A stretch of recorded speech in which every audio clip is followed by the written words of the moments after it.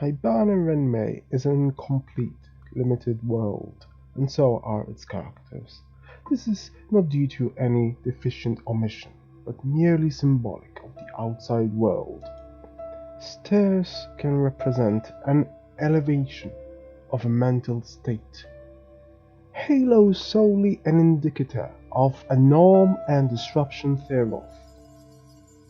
Darkness is a device used as a horror tool, but unlike most such media, the series recounts an internal sort of dread, a psychological possibility, an unknown within the universe, an existential uncertainty that could plague the mind. Light, the sole localized potency, easily extinguished like life, also has a limited cover. Wings are a vestige of an obscure past, like fragments from within a dream. Why must they only utilize forsaken objects?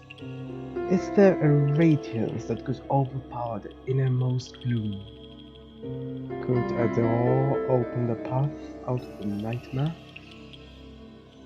What lay beyond the sleeping consciousness? What is art but interior warfare? How is a dream expressed through a screen? What is it that we forget? How do we reflect upon that midnight stream? Why does reason retain it not?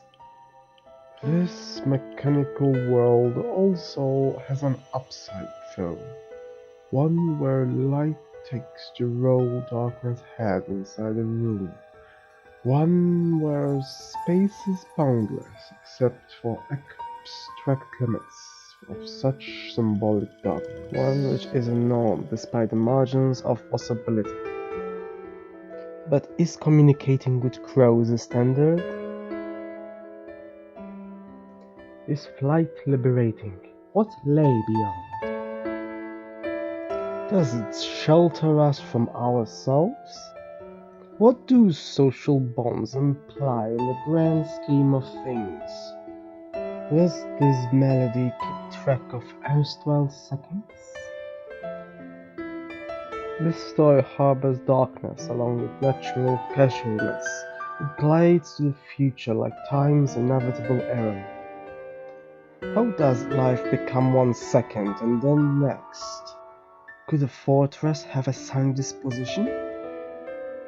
Do we have any sway over the inexorable momentum?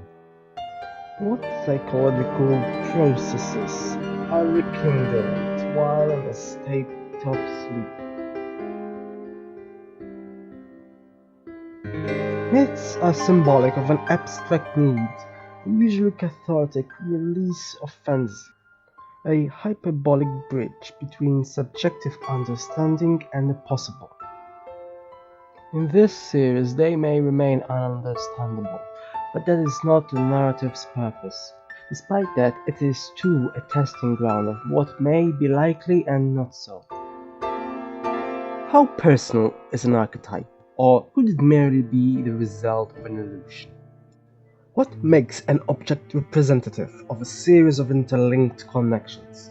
Could anime, from Latin for soul, have the ultimate potential for such figurative art?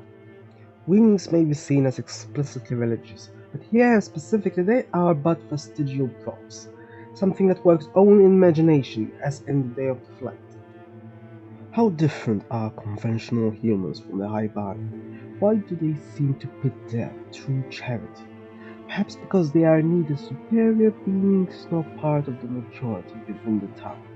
How does, though, anyone come into existence? A plant that forms a cocoon is the story's premise, but how did they figure out any optimal methods before they had their traditions? A cycle of mythologized lives take this form, but most of the abstract notions, like coming to life, apply generally. The universe itself tumbled out of chaos, and seems destined to fizzle out in a similar manner. So, why does the mind attempt to confer symbols to randomness? Why does rain, for example, seem to indicate a negative atmosphere? Why does a melancholic green turn into a demonic flower? Is the world naturally dark, with the sun so easily blocked? What really separates life from death? How is a psyche able to handle a sudden halt in its subjective narrative? Are catecholamines involved? The Renmei's narrative could be regarded as specific to it, but it could also be abstracted to a sort of archetype.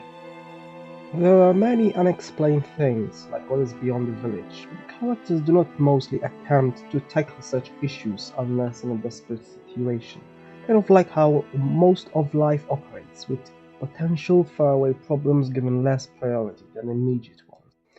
But what nestles in the darkness of one's mind? Is everyone truly an individual, and is the alternative a sociological illusion?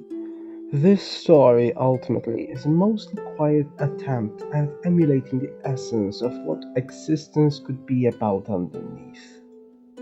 It is an alley that nature takes to form, coincidentally, a path sustaining that which is random, yet constitutes a thread illuminating everlasting, omnipresent darkness.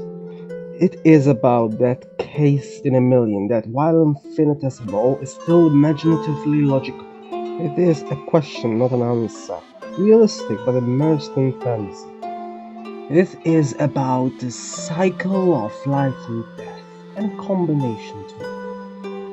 It projects fleeting feelings onto a perverted, snowy reality, creates storms of electrical sight, paints a landscape, and sends them away with a thought.